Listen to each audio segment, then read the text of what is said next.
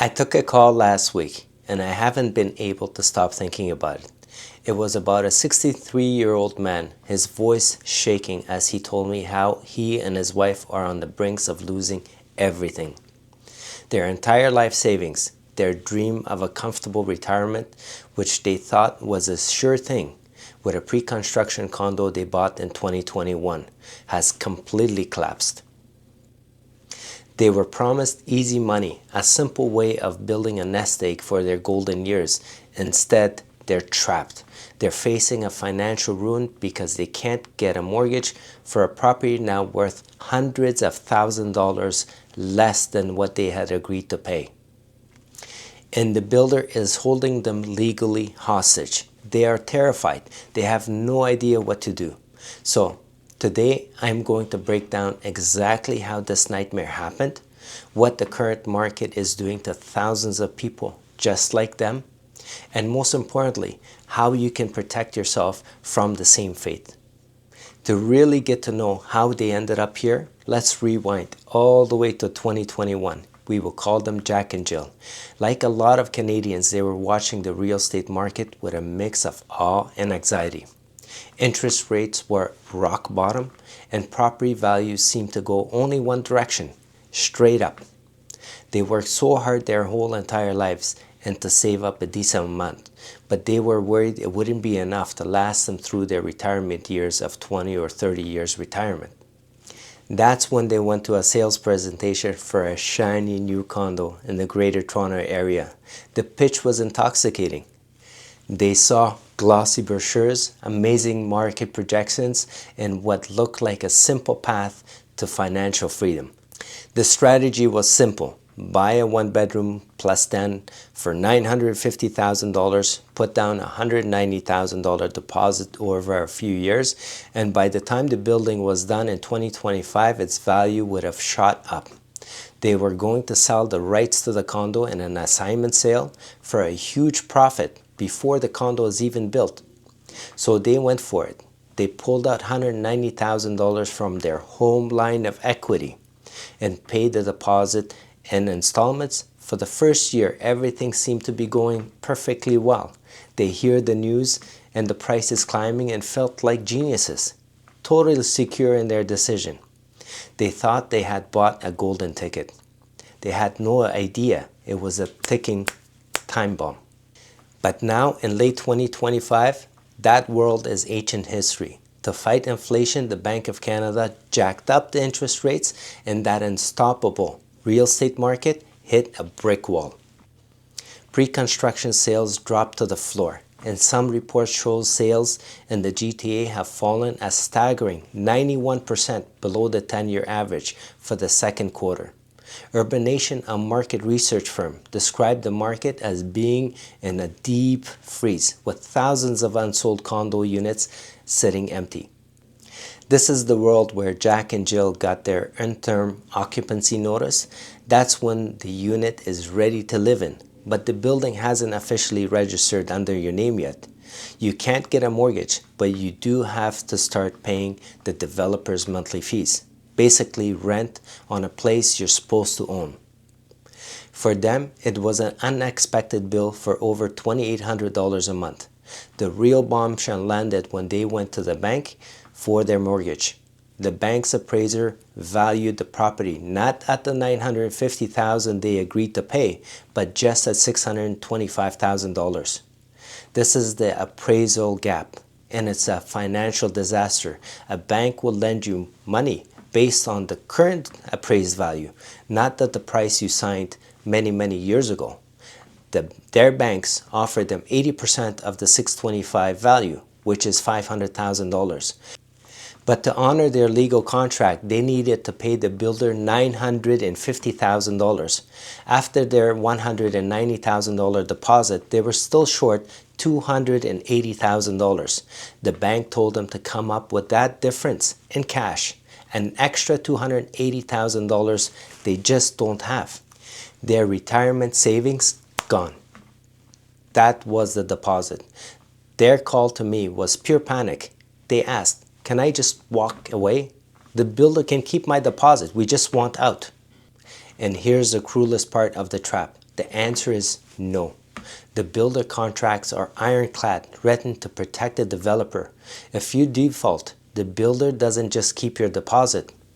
They have a right to sue you for all their losses. In this market, that means the builder can resell that unit for its current price of $625,000, then sue Jack and Jill for another $280,000 deposit, plus legal fees, commissions, and any carrying costs until it is sold. Walking away would not only vaporize that $190,000 deposit, but could land them with a court judgment for another $300,000 or more. That would destroy their credit for years, and the builder could garnish their wages or put a lien on any other assets they might own. They are trapped, legally bound, with no way out. Their retirement dream has become a waking nightmare. This story is gut-wrenching. And it's not an isolated case. I am hearing from people in this exact position every single day, every single week. If you are a pre-construction buyer worried about the closing, there are strategies, but you need to act fast. Call me or text me to book a free confidential call with me. Let's go over your specific situations. Don't wait until it's too late.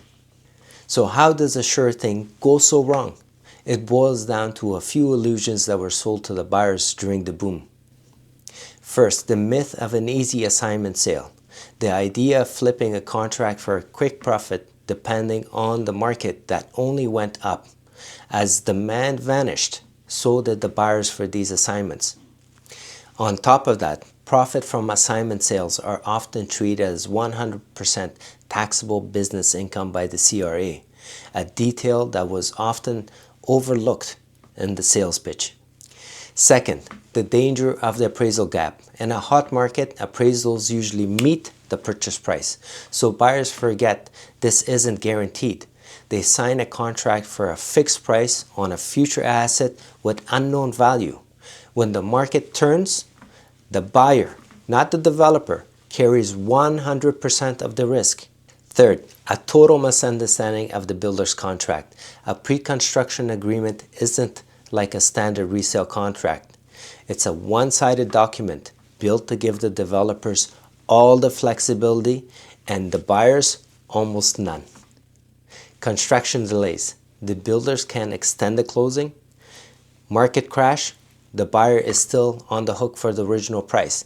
There's no escape clause for a market downturn or because you can no longer afford to get financing. Finally, the risk was downloaded entirely down onto the consumer. For years, the pre-construction model in Canada let the developers use the buyer's deposit to help finance their projects. This shifted the market risk away from themselves and onto the individual families like Jack and Jill. Now that model is cracking under pressure. Hearing stories like this, you might think you would never want to touch pre-construction again. That's not quite right either. But the days of easy speculative gains are long gone. If you are considering pre-construction, you need to act like a seasoned business owner, not like a lottery player. Here's how to protect yourself. First, do some radical due diligence. Don't just fall for the glossy brochures. Research the developer's history. Have they canceled any other projects before? How did they treat buyers in the last downturn? Look for a solid track record of completing projects, not just flashy marketing. Second, hire an expert real estate lawyer before you sign anything. Find someone who specializes in the pre-construction contracts. They can spot the red flags for you, explain you the risks, and try to negotiate the key clauses for you. That 10-day cooling off period is your only real window to do this. Use it well. Third, stress test your finances until it hurts. Before you sign anything, ask yourself, if this property's value drops by 25% by closing, can I cover the appraisal gap in cash? If the answer is no, you can't afford the risk.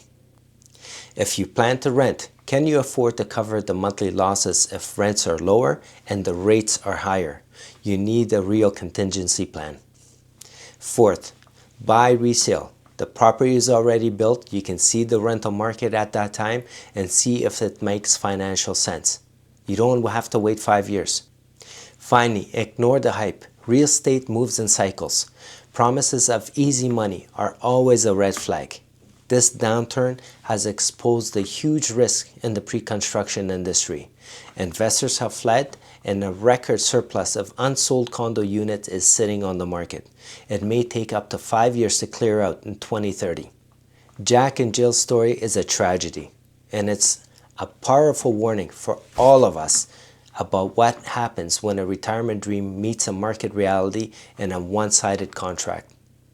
The lesson is this: buying a pre-construction condo is not a passive investment. It is a high-risk business venture that demands lots of capital, sophistication, and a stomach of steel. The Canadian condo market is going through a painful but necessary correction right now. This deep freeze will eventually create new opportunities, but the game has changed for good. The days of quick flips are over. The future belongs to the patient, well-funded buyer who puts due diligence above everything else. Don't let a salesperson promise turn your financial future into a gamble. If you got any value from this video, please hit the subscribe button and turn on the notifications. And I want to hear from you in the comments below. Have you bought a pre-construction in the last 5 years? Are you worried about the closing? Let's talk about it. Thanks for watching. Until next time.